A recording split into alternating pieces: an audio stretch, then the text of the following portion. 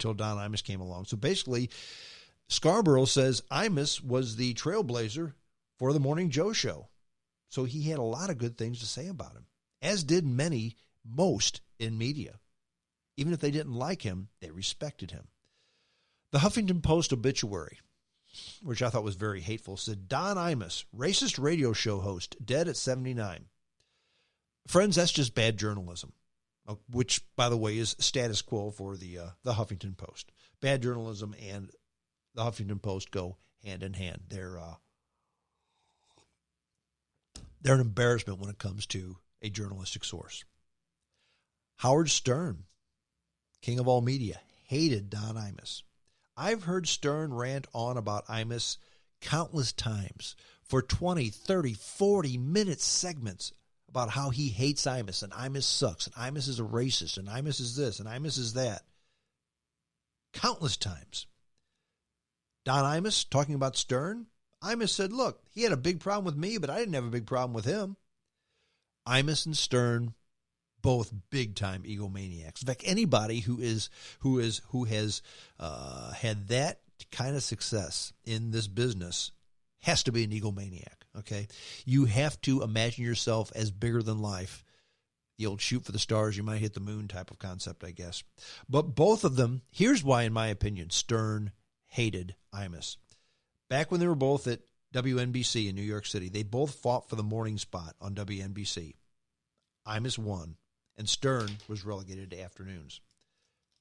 I think that's why he hated him. In fact, Stern is the self-proclaimed king of all media, which, by the way, I don't dispute that at all. Howard Stern is the king of all media. But Imus was the jester who stole Stern's phony crown back at WNBC. And Stern never forgave Imus for that. One of the few times when anybody went head-to-head with Stern and won. And he never got over that, in my humble opinion. February 06, there was an interview. In fact, it was Vanity Fair. Vanity Fair interviewed Imus.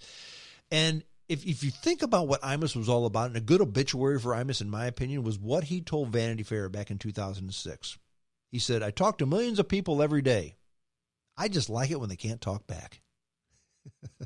So while he never said he spoke with people.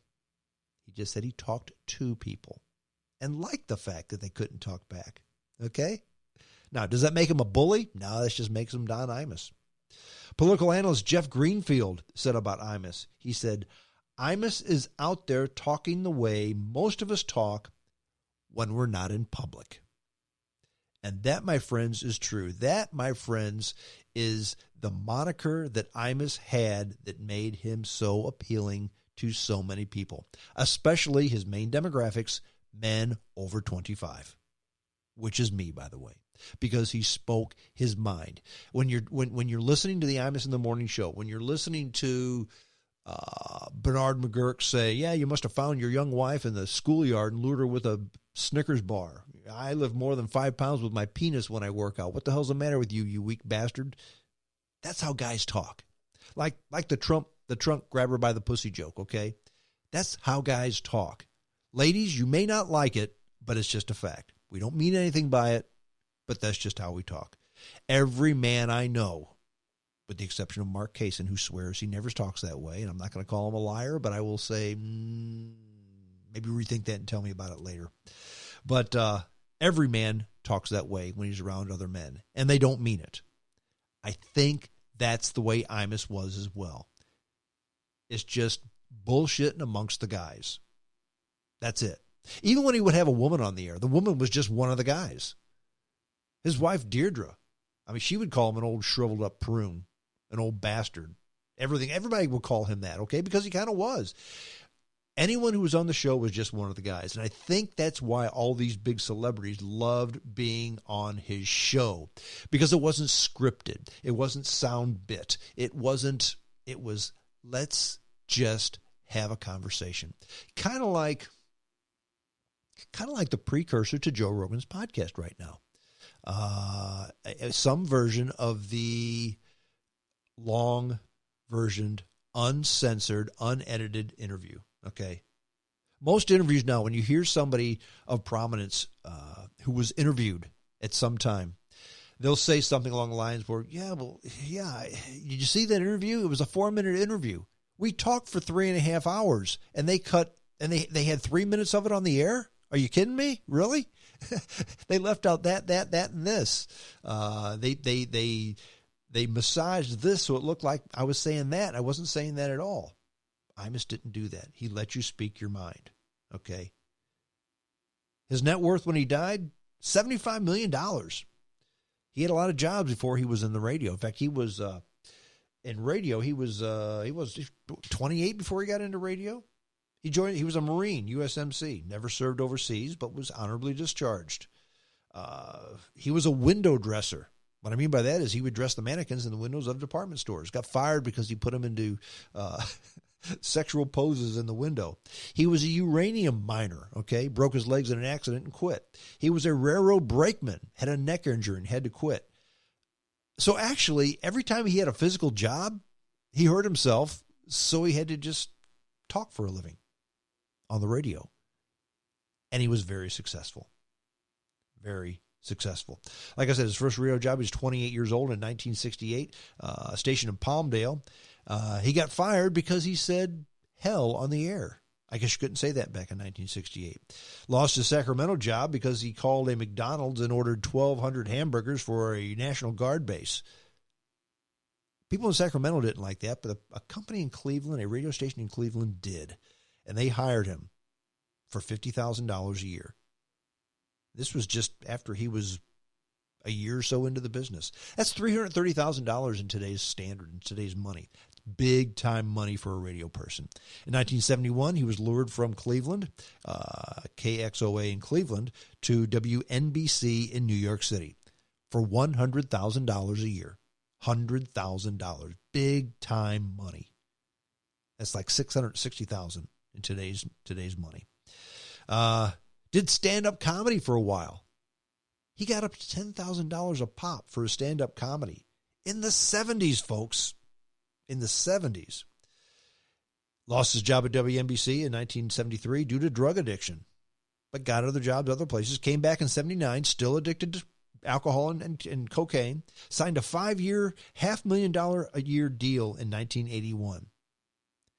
Shortly thereafter, Howard Stern joined WNBC as well. WNBC changed formats to sports, and they fired everybody except for Don Imus and his crew. They kept him as a morning anchor on a sports program, and they fired Stern. So again, I think that's why Stern hates Imus.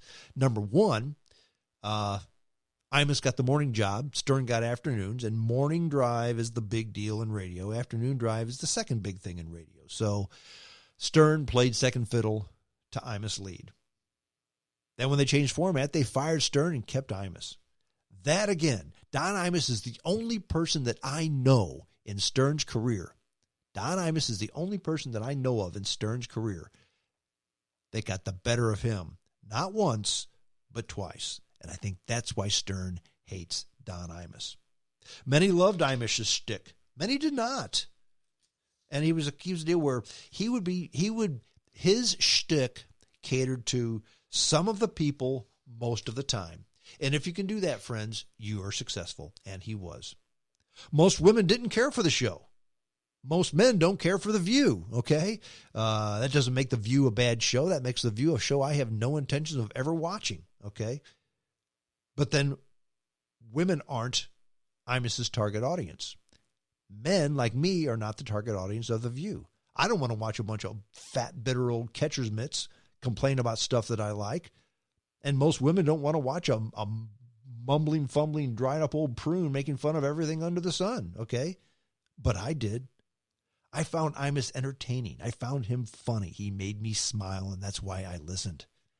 He was a great interviewer. No softball questions, but if you didn't answer, he didn't press you too hard either. But then by not answering the question, you really kind of did, if you know what I mean. Okay? Imus was worth $75 million when he died. He bought and sold property in New York City at big profits, and he spent money on his ranches in New Mexico and in New York City. The big deal with Imus was on the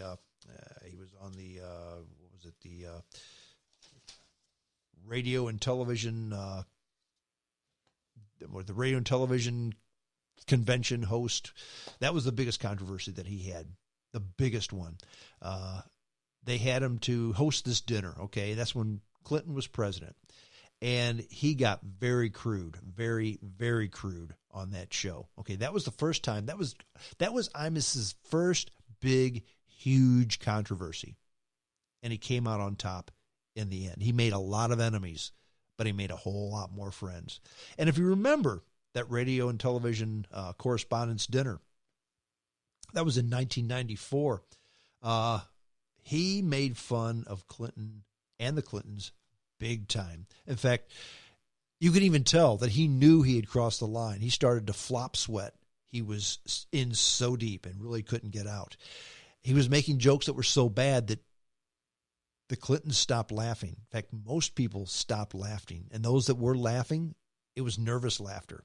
He really went over the top. In fact, he was, get this, this was at the radio and television correspondence dinner. This is the big dinner that the president has you there. This is his way of saying, hey, thanks to the media for covering me all year. Here's our night of fun. You can poke some fun at me and my administration. Imus went over the top. He made Clinton's sex jokes about Clinton's pandering to women with Hillary Clinton in the room. Called President Clinton a pot-smoking weasel at the radio and television correspondence dinner, okay?